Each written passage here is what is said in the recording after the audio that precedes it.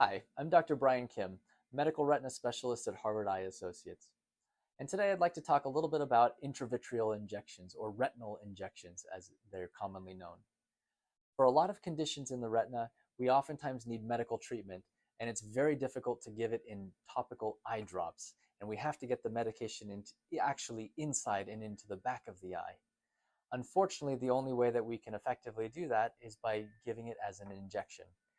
And it sounds very intimidating at first, but I promise you, you're going to be fine.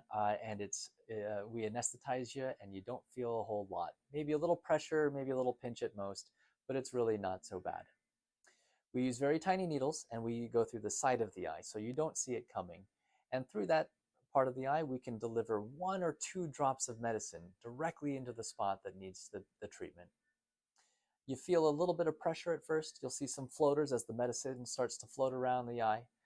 You might even see those floaters for a few days or even a couple of weeks afterwards, but generally they go away in time.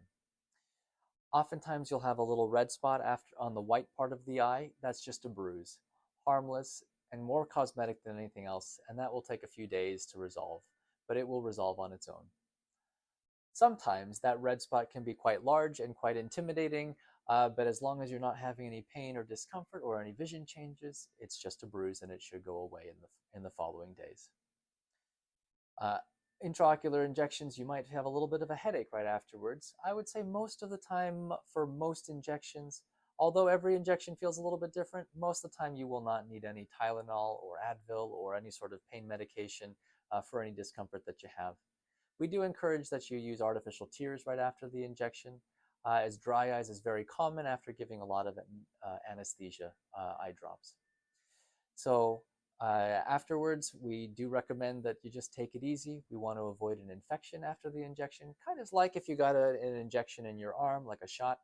I just can't put a Band-Aid over your eye and prevent all the bacteria from coming in. So please wash your hands well. Do not touch the bottle tips to your eye if you're going to use any medications. It is safe to give medications like glaucoma medications. If you need them, go right ahead and use them as you're normally scheduled to. But we try to keep other things out of the eye like water if you can. Please try to avoid swimming and try to avoid rubbing the eye. So a lot of it comes down to common sense too. So we don't want you gardening or playing in the cat box, for example. So please try to be as clean as possible. But overall, retinal injections are not as bad as they sound.